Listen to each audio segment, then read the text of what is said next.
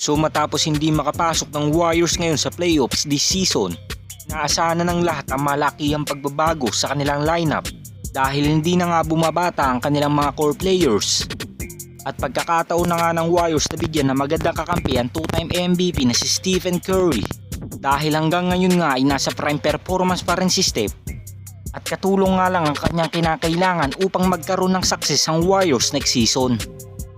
Ganun pa man ngayong desidido na ang Warriors front office na makahanap ng makakatulong ni Steph sa kanilang team. Pwedeng-pwede nga nilang maging option na i-trade si Andrew Wiggins sa Utah Jazz kapalit ni Lauri Markkanen. Bagamat pinapangarap talaga ng Warriors na magkaroon ng offensive-minded 7-footer big man, pwede nga itong si Lauri Markkanen dahil bukod sa pagiging agresibo nito sa ilalim ng basket, kakayahan nga din itong tumira sa labas gaya ni Steph.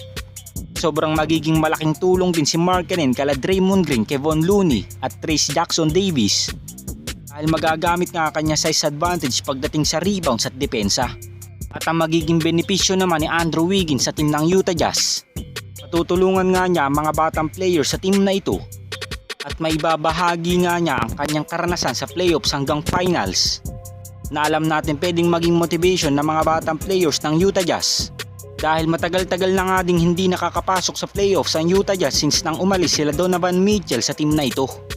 At hindi nga lang pagme-mentor sa mga young players ang pwedeng maitulong ni Andrew Wiggins.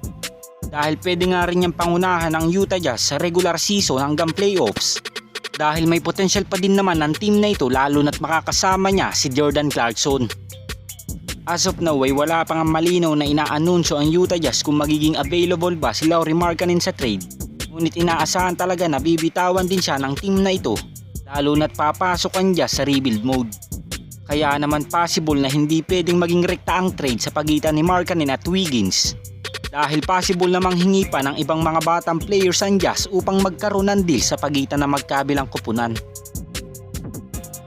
At dahil kaabang-abang ang pagpasok ng mga bagong players ngayon sa NBA draft, inaasahan na nga na mas magiging agresibo ang general manager ng Warriors sa pagpili ng player. Dahil sa ngayon nga ay kinakailangan talaga nila ng big man na kayang magbigay ng impact at depensa sa kanilang kupunan. At sa pag-i-scout nga ng general manager ng Warriors, mukhang dito nga siya bumilib sa power forward and center na si Sachari Risacher. So ngayong kasalukuyan ng batang player na ito ay naglalaro sa bansang France. Kababayan nga nito si Victor Wembanyama at Rudy Gobert. Sa naging obserbasyon naman ng general manager ng Warriors sa kanyang laruan, passing skills nga din ito gagaya ni Andrew Bogut at may tira nga din ito sa labas kagaya ng mga big man ngayon sa NBA. Ngunit ang hindi nga lang kagandahan sa batang player na ito ay may kanipisan ng kanya pangangatawan at kinakailangan pa nga nitong maglaro sa G League kung mapipili man siya ng Warriors upang magkaroon nga ng improvement ang kanya passing ability at depensa.